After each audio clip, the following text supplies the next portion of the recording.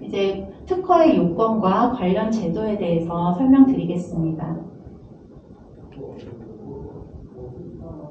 특허법의 목적은 발명을 보호 장려하고 특허법 1조에 써 있습니다.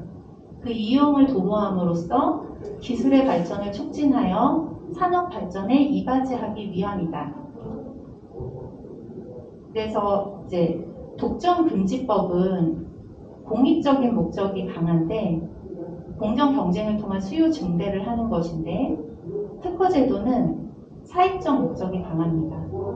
독점권 인정을 통해서 공급을 증대를 하려고 하는 것입니다. 그래서 기술 발전을 촉진하고 생산과 소비의 균형 성장을 이루어서 국가의 경제 발전을 이루기 위한 그런 목적을 가지고 있습니다. 정책적인 측면이 강하고 산업 입법입니다. 그래서 특허는 특정 요건을 갖춘 발명에 대해 공개를 조건으로 독점 배타권을 부여하는 것. 그래서 공개를 통해 타인이 이 특허 발명을 이용 가능하게 해서 또 개량 발명, 그리고 기술 발전을 촉진시키고 또한 독점 배타권을 부여해서 발명가의 발명 의욕을 고취시키고자 함입니다. 또 이제 특허의 대상인 발명은 자연 법칙을 이용한 기술적 사상의 창작으로서 보도한 것이어야 합니다. 이 부분에 대해서는 뒤에서 다시 설명드리겠습니다. 그래서 또 발명은 이렇게 세 가지, 크게는 물건 발명과 방법 발명으로 구분을 할 수 있고 이제 하나 더 넣는다면 제법 발명이 들어갈 수 있습니다. 물건 발명은 발명의 대상이 물건이나 물질인 경우 물건 발명이라고 합니다. 또 방법 발명은 이제 발명의 구성이 시계열적으로 구성된 것, 이것을 방법 발명이라고 하고요. 제법 발명은 최종적으로 물건이 되는 경우지만 발명의 청구 범위가 시계열적으로 기재되어 있는 것입니다.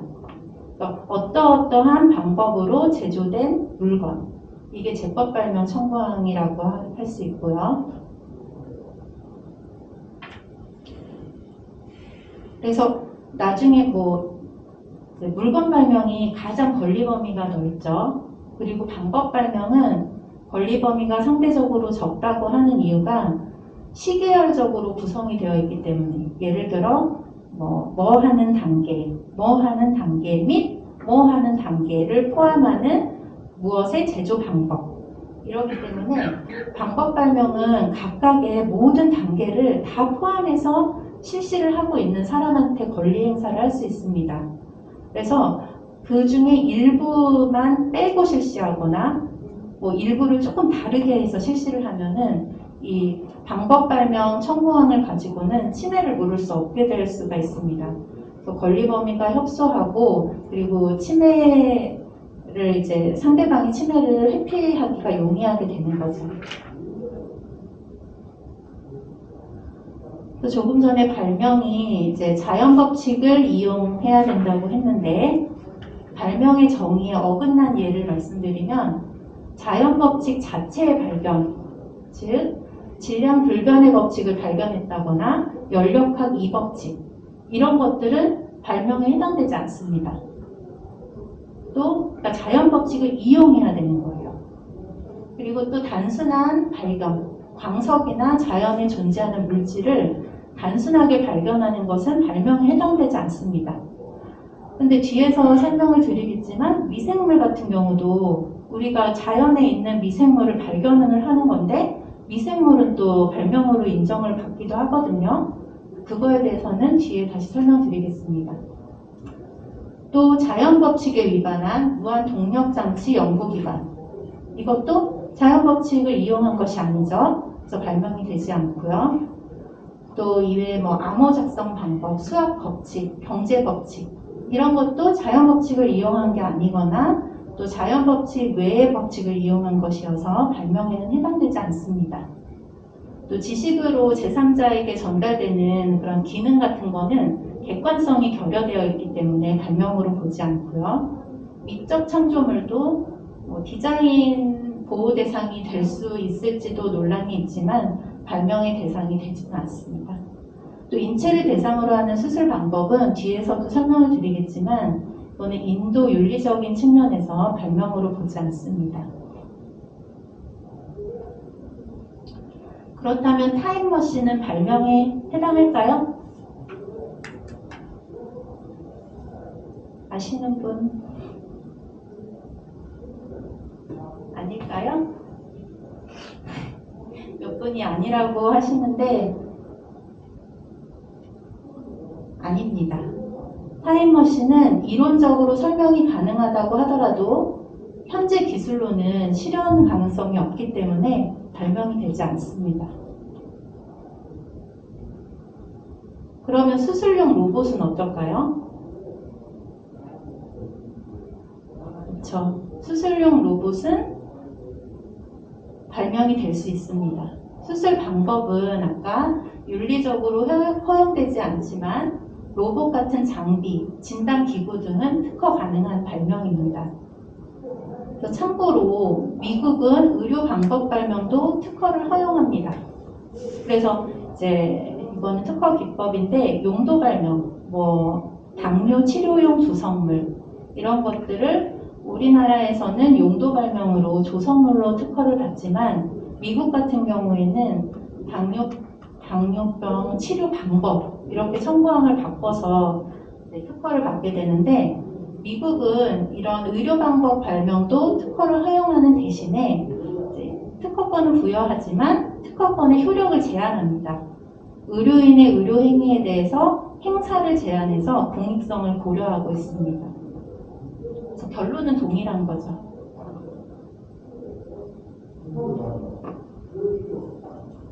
그리고 조금 전에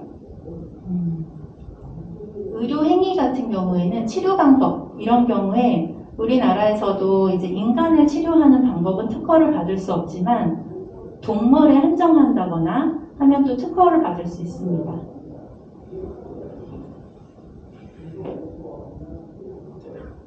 이제 발명은 이제 전통적인 발명의 정의는 조금 전에 말씀드렸듯이 자연 법칙을 이용한 기술적 사상의 창작으로서 발명 수준이 고도한 것을 말하는데 이제 과학기술이 발달하다 보니까 새로운 발명 유형들이 출현하게 됐습니다. 조금 전까지 말씀드린 용도 발명. 용도 발명은 어떤 이제 기존에 있는 물질의 용도를 발견한 것인데 발견인지 발명인지 이것을 이제 판단하는 기준은 어떤 물질의 속성과 용도 사이에 창작적인 요소가 있으면 발명이라고 보는 것입니다. 그래서 니트로글리세린은 폭발물로 그렇게 알려져 있는데 이게 혈관 확장제로 사용할 수 있어요. 그렇다면 이거는 창작적 요소가 있는 것이기 때문에 발명으로 볼 수 있는 것입니다. 또 비행 발명은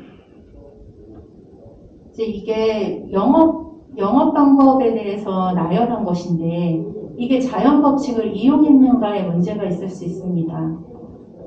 인간의 행위를 이렇게 쭉 나열한 것인데요. 이 경우에도 하드웨어를 이용해서 구체적으로 실현이 되면 그러면 발명이라고 볼 수 있는 것입니다. 또 컴퓨터 프로그램 같은 경우에도 이제 논의가 많이 되고 있는데 이 부분에서는 이제 개정을 하자 이렇게 논의를 하고 있고 생명공학 발명, 예를 들어 미생물, 식물, 동물 같은 경우에 이게 반복 재현이 가능한지 특허는 발명은 특정이 돼야 되고 또 문서로 표현이 되어야 하는 것인데 이것이 발명이라고 볼 수 있는가 이 부분에 대해서 논의가 있었고 요즘에는 DNA 분석 등을 통해서 반복 가능하고 반복 재현이 가능하고 잘 아시다시피 미생물 같은 경우에는 16S rDNA를 가지고 또 특정을 할 수가 있죠. 그것도 실제 미생물이나 종자를 기탁하는 제도를 통해서 이제 보호를 받을 수 있게 되었습니다. 그리고 기타 융합 발명들, 요즘에는 바이오를 하신다고 해도 바이오 기술에 국한되어 있고 좀 어려운 부분이 많이 있죠. 새로운 발명의 유형들이 계속 나타나고 있고 기존의 이제 특허법에 규정된 저런 자연 법칙을 이용, 기술적 사상의 창작 이런 것들로 적용이 안 되는 그런 발명들이 계속해서 생겨나고 있고 그런 발명들에 대해서 특허법 테두리 내에서 보호를 하려는 그런 해석들이 많이 생기고 있습니다. 이거는 발명의 사례를 비행 발명에 대한 건데요. 그냥 한 번씩 보시면 되겠습니다. 이런 비행 발명도 우리 바이오 발명하고 합쳐져서 융합이 될 수도 있겠죠.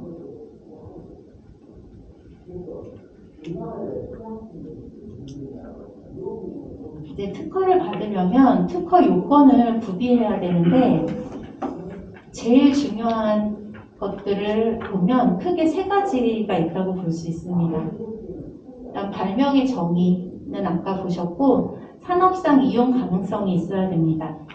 그리고 신규성이 있어야 되고 진보성이 있어야 됩니다. 그 외에 기타 특허 요건들을 만족해야 합니다. 그래서 이제 보시면 자연 법칙을 이용한 기술적 사상인가, 또 이 발명이 산업상 이용할 수 있는 것인가. 이거는 특허법이 아까 말씀드렸듯이 산업 입법이기 때문에 그런 거고요. 또 새로운 발명인가, 이건 신규성하고 관련이 있는 것입니다. 또 종전에 있던 발명보다 진보된 발명인가. 그러니까 흔히 착각하시는 게 그냥 논문 쓰시는 교수님들이 많이 그러세요. 그 기존하고 다른 새로운 것이에요 이렇게 말씀을 하시는데 논문은 새로운 것에 대해서 쓰실 수 있지만 특허는 기존하고 다르다고 해서 이제 특허를 줄 수 있는 게 아니고 여기 4번에 써 있듯이 종전에 있는 발명하고 다르기는 하지만 또 진보된 발명인가, 이게 중요한 것입니다. 또 특허는 불특허 사유에 해당되지 아니한 것인가. 이 부분은 이제 불특허 사유라고 해서 공서양속에 위반된 경우. 최근에 저는 인도에서 불특허 사유를 하나 받아본 적이 있는데요.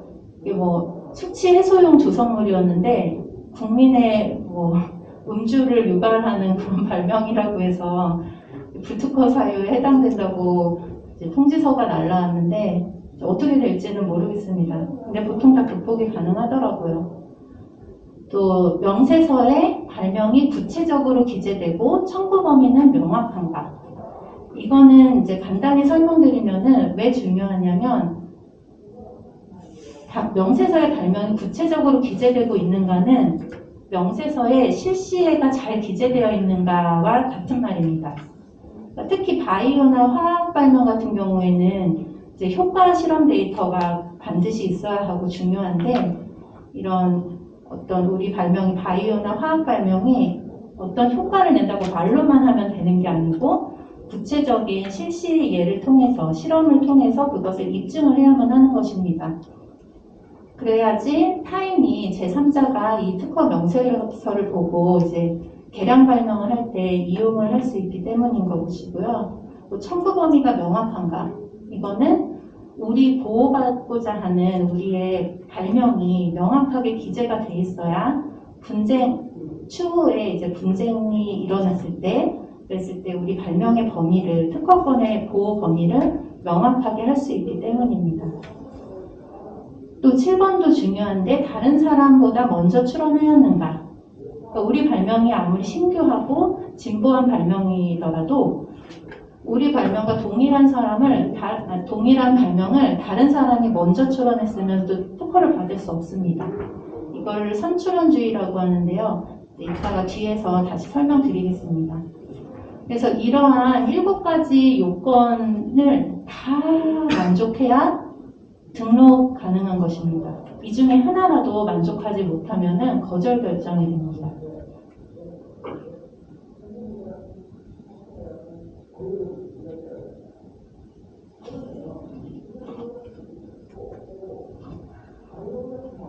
그렇다면 조금 전에 말씀드린 중요한 특허 요건 3가지 중에서 산업상 이용 가능성에 대해 설명드리겠습니다. 산업상 이용 가능성은 그 발명이 산업에 실제 활용될 수 있느냐, 이런 요건인데요. 아까도 말씀드렸듯이 특허제도는 기술 발전을 촉진시켜서 산업 발전에 이바지하기 위한 것이기 때문에 이런 산업상 이용 가능성을 보게 됩니다. 그래서 발명이 산업에서 실제로 실시될 수 있는 것을 의미를 하는 것이고, 아까 타임머신 같은 경우에도 장래에 가능할지 몰라도 현재 기술로 구현이 불가능한 경우에는 우리 산업 발전에 이바지하는 발명이 아닌 것이죠. 그래서 특허를 받을 수 없게 되는 거고, 이 해당 요건에 해당해서. 그다음에 이와 같은 산업은 공업뿐만 아니라 1차 산업, 농업이나 수산업, 그리고 서비스업도 이러한 산업에 해당됩니다. 아까 말씀드린 의료업 같은 경우 치료 방법이나 수술 방법은 특허를 받을 수가 없어요. 왜냐하면은 이게 수술 방법이 특허를 받아놓으면은 의사가 내가 이 의료행위를 하는데 특허권이 침해될까봐 그런 것을 신경 쓰면서 환자를 치료를 하면 인도 윤리적인 차원에서 바람직하지 않기 때문에 의료업에 대해서는 특허를 허용하지 않고 있고요. 대신에 MRI나 CT 등의 진단장치, 의료기구 등은 산업상 이용 가능성이 있는 발명에 해당됩니다. 다음은 신규성인데요. 신규성은 특허 출원 전에 발명의 내용이 공개적으로 알려지지 않았어야 합니다. 그래서 이제 국제주의를 취하고 있기 때문에 국내뿐만 아니라 국외에서도 공지되거나 공연이 실시되거나 반포된 간행물의 게재, 예를 들어 논문에 게재된 발명, 또 전기통신 회선, 인터넷에 게재되어 있지 않아야 합니다. 전기통신 회선 같은 경우에는 이제 바이오 분야의 경우에는 식물 추출물을 가지고 용도 발명을 많이 하시는데, 예를 들면은 어떤 식물이 이제 추출을 해가지고 봤더니 간암에 효과가 좋은 거예요. 그런데 문제는 요즘에 동의보감, 인터넷 동의보감이라고 있습니다. 또 검색을 탁 했더니 한 줄 나와 있는 거예요. 어떤 이 식물이 뭐 예로부터 간에 많이 사용되어 왔다, 이렇게 간략하게 한 줄이 기재돼 있어도 이런 것 때문에 신규성 위반으로 특허를 받을 수 없습니다. 그러니까 물론 이 경우에는 청구 범위를 이제 조금 수정을 하는 방법은 있고요. 그렇지만 이렇게 단순하게 진짜 간단하게 써 있는 그런 문구 때문에도 신규성 위반의 이런 거절 이유를 받게 되고, 또 반포된 간행물 게재 같은 경우에도 이제 우리가 논문을 내면은 논문 초록이 공개가 되는 거예요. 근데 초록은 교수님들은 그러세요. 초록에는 뭐 실험도 하나도 없고, 그런데 이 초록에 뭐 단어 하나 들어갔다고 특허가 안 되냐 그러시는데 안 됩니다. 초록에는 발명의 내용을 간단하게 다 요약해서 모든 내용이 들어가 있기 때문에 안 돼요. 기본적으로 안 되는데, 이 경우도 이제 그 발명의 어떤 또 다른 특징이 있다면 그런 특징을 부과해서 특허를 권리화를 시도해보는 방법이 있기는 있습니다. 그래서 신규성이 없는 발명에 대해서 특허를 주지 않는 이유는 중복 연구를 방지하기 위해서입니다.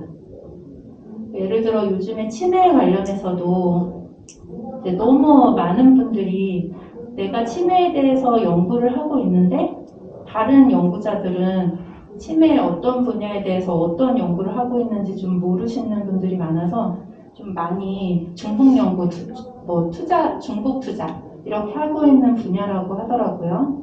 그래서 이런 것을 방지하기 위해서도 신규성 요건을 구비해야 특허를 받을 수 있고, 그래서 출원 전에 내 발명과 관련해서 선행기술 검색은 필수적인 것입니다. 내가 연구 초기 단계에서 진행이 돼야 돼요. 선행기술 조사는. 한참 다 실험을 했는데 그러고 나서 검색해봤더니 이미 동일한 발명이 있으면 안 되는 거죠. 그래서 이제 사례를 하나 보시면, 연구 결과를 학회 발표 후에 출원한 경우 신규성 상실인가, 제가 다 설명드렸네요. 신규성 상실입니다. 다만 이 경우에 구제 방법이 있습니다. 아시겠지만 학회 발표 후에 1년 12개월 내에 공지예외 주장 출원이라는 것을 하면 그러면 구제를 받을 수 있습니다. 대신에 이것도 국내에서는 구제를 받을 수 있어요. 그리고 미국같이 돈만 내면 다 해주는 나라에서는 가능합니다. 근데 뒤에서 설명드릴 건데 유럽이나 중국 같은 경우에는 이런 공지예외 주장을 할 수 있는 사유랑 시기가 제한이 되어 있기 때문에 이제 해외 출원까지 고려하고 계시면은 절대 논문 공개 그 후에 특허 출원을 하시면은 절대 안 되고 아까도 말씀드렸지만 특허 출원을 먼저 한 후에 논문을 공개하시는 게 좋습니다.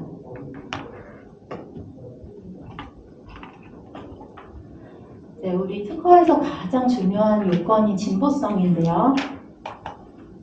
진보성은 그 발명이 속하는 기술 분야에서 통상의 지식을 가진 자가 공지 공용의 간행물 기재, 기술로부터 용이하게 발명할 수 없는 것.